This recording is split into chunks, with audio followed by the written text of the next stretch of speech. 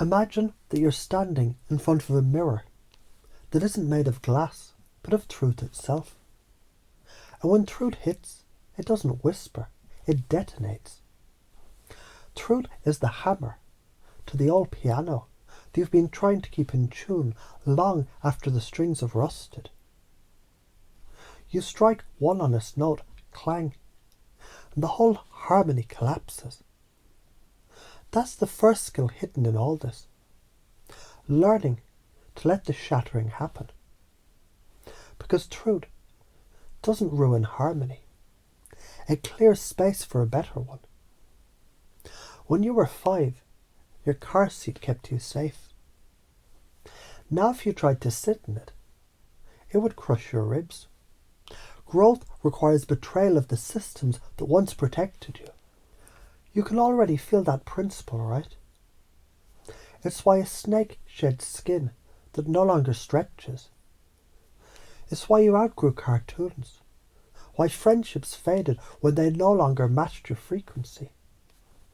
Every time you evolved, something cracked. And the sooner you stop labelling that cracking as failure, the faster you adapt. Now, after the breaking, comes that eerie silence, peace. And your nervous system mistakes it for death. Because peace, real peace, has no handrails.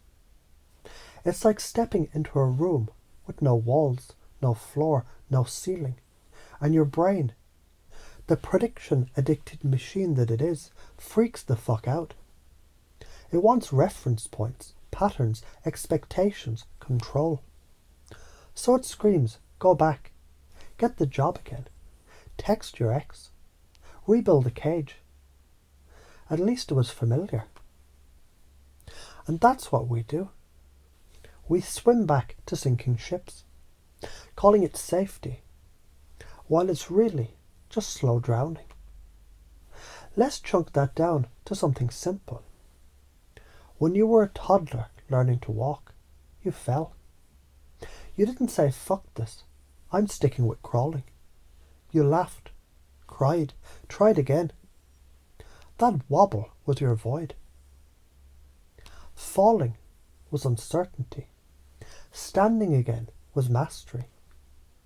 Every adult skill you have, language, love, driving, forgiveness, was learned by walking into the unknown. Now chunk it up to the big picture. At the level of evolution, this is universal. Stars collapse into themselves before they're reborn as novas. Forests burn to renew their soil. Humanity's breakthroughs always come after breakdowns. The Renaissance followed the Black Death. The internet was born from military chaos. Destruction is the compost of creation. So when life collapses your plans, it's not punishment. It's photosynthesis for the soul. Let me get more specific. Ever quit a job that was killing you, only to freak out 2 weeks later when your paycheck stopped? That panic, that's your prediction circuitry losing signal. Your prefrontal cortex runs on pattern completion. It fills in blanks. When it can't, it floods your amygdala with cortisol to get you to retreat. That's neuroscience, your own hardware resisting the software update. Now, you're not afraid of the void. You're afraid of the power to create in it. The void is not absence. It's unallocated bandwidth. It's all the unused tabs in your browser, just waiting for a new project. It's light waiting to form, clay waiting for hands, silence waiting for a song. You mistake that space for danger because you've been trained that productivity equals worth. But physics says otherwise. Vacuum is the womb of energy. Even the Big Bang started as nothing. So the void you fear, that's literally the birthplace of stars and of your next self. So let's extrapolate this forward. If you keep swimming back to the sinking ship, you'll replay the same loop. Comfort to rot, to collapse, to panic, repeat. You'll end up mistaking predictability for peace until you calcify into mediocrity. But if you learn to float, if you let the uncertainty wash over you, you become the architect of your own next form. That's where genius lives, in the gap between what was and what could be. Because confusion isn't failure, it's the doorway to learning. Cognitive scientists call it disorienting dilemma, the moment when your old mental map no longer fits the terrain.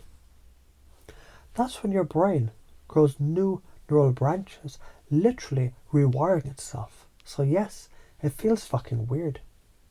That's because you're evolving. And let's talk karma. Cause and effect.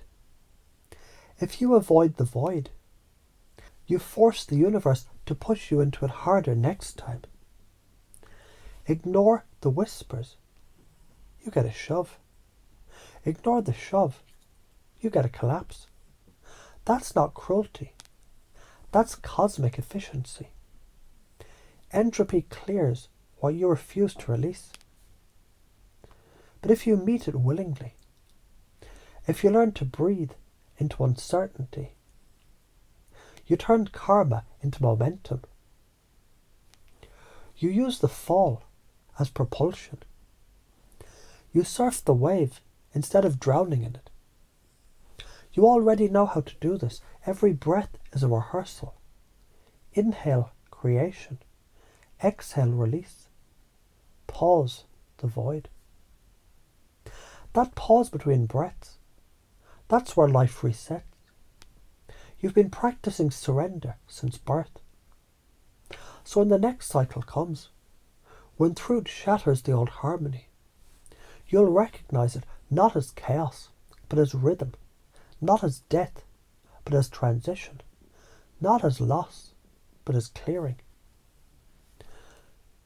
Every time you feel that panicky, I need to go back signal, you'll instead smirk and think, the void again, my old friend.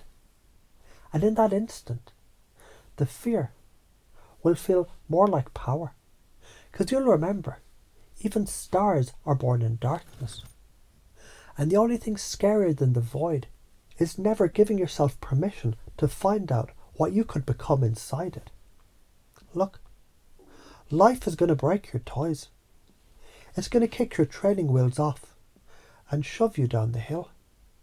You can scream or you can steer.